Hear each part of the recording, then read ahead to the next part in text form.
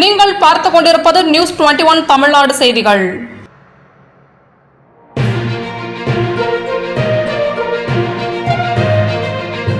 கடலூர் பண்ருட்டி திருவதிகை கோவில் இடத்தில் ஆக்கிரமித்து கட்டப்பட்டுள்ள வீடுகள் போலீஸ் பாதுகாப்புடன் அகற்றப்பட்டன. கடலூர் மாவட்டம் பண்ருட்டியை அடுத்து திருவதிகை அரங்கநாத பெருமாள் கோவில் அமைந்துள்ளது.